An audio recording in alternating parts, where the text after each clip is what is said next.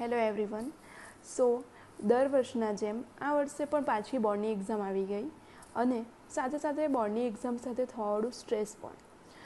અને ઘણા કિસ્સાઓમાં તો એવું પણ હશે કે સ્ટુડન્ટ કરતાં વધારે એમના પેરેન્ટ્સની એક્ઝામનું સ્ટ્રેસ વધારે હશે.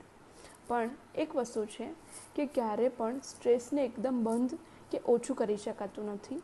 પણ હા, ડેફિનેટલી સ્ટ્રેસને મેનેજ કરી શકાય છે. અને આ સ્ટ્રેસ મેનેજ કરવાની સેન્સિટિવિટી પર્સન ટુ પર્સન અલગ હોઈ શકે છે કે અમુક પર્સન્સ બહુ સારી રીતે સ્ટ્રેસને મેનેજ કરી શકે છે, તેમજ અમુક પર્સનને સ્ટ્રેસ મેનેજ કરવામાં ઘણી પ્રોબ્લેમ્સ આવતી હોય છે.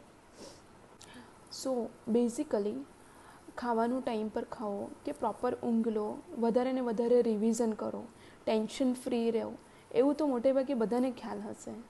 પણ એકચ્યુઅલી એક્ઝામના ટાઈમમાં એપ્લાય કરવાનું ઘણા લોકો માટે બહુ મુશ્કેલ બની જતું હોય છે.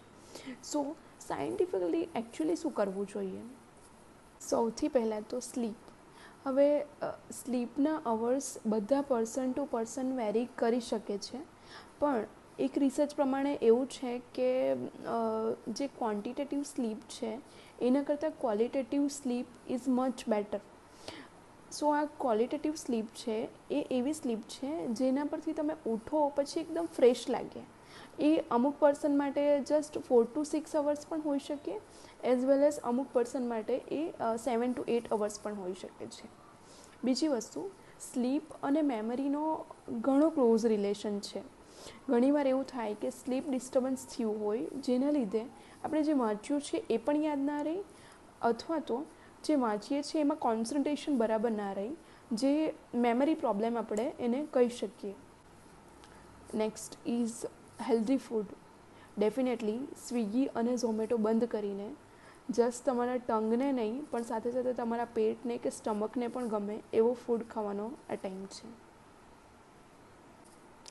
Next is time of relaxation.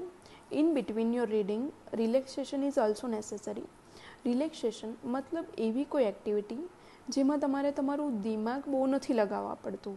For example, just તમે શાંતિથી બેઠા છો without your cellphone or social media, ઓર કંઈક વોકિંગ કરી લીધું, રનિંગ, કે પછી તમને ડાન્સિંગનો શોખ છે તો ડાન્સિંગ કરી લીધું થોડી વાર, બરાબર, કે પછી જસ્ટ કોઈની સાથે શાંતિથી વાત કરી લીધી, ફોન પર કે રૂબરૂમાં વાત કરી લીધી.